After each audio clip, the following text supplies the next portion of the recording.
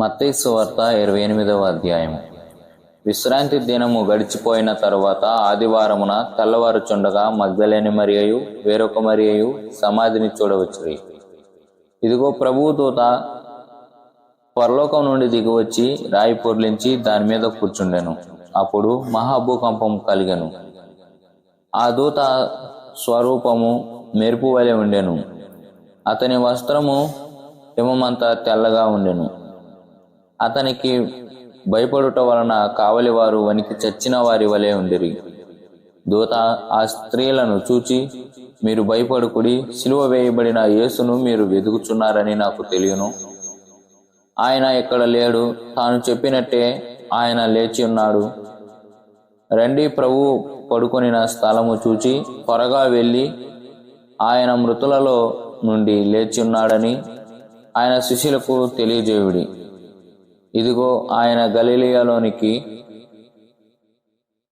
మీకు ముందుగా వెలుచున్నాడు, అక్కడ మీరు ఆయనను చూతురు. ఇదిగో మీతో చెప్పితినెను. వారు భయంతోనూ మహా ఆనందంతోనూ సమాధి వద్ద నుండి త్వరగా వెళ్ళి ఆ శిష్యులకు ఆ వర్తమానము తెలుప పరిగెత్తుచుండగా యేసు వారిని ఎదుర్కొని మీకు శుభమని చెప్పాను.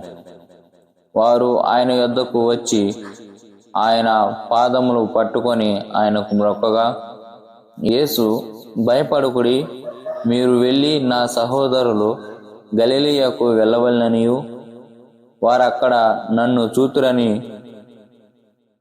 వారికి తెలుపుడనెను. వారు వెలుచుండగా కావలి వారిలో కొందరు పట్టణంలోనికి వచ్చి జరిగిన సంగతులన్నిటినీ ప్రధాన యాజకులతో చెప్పిరి.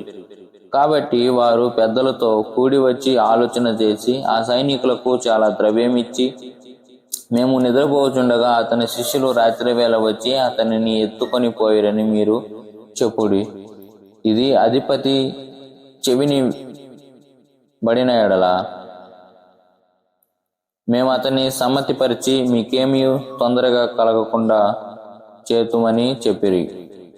అప్పుడు వారు ఆ ద్రవ్యము తీసుకొని తమకు బోధింపబడిన ప్రకారము చేసిరి. ఈ మాట యూదులలో వ్యాపించి నేటి వరకు ప్రసిద్ధమై ఉన్నది.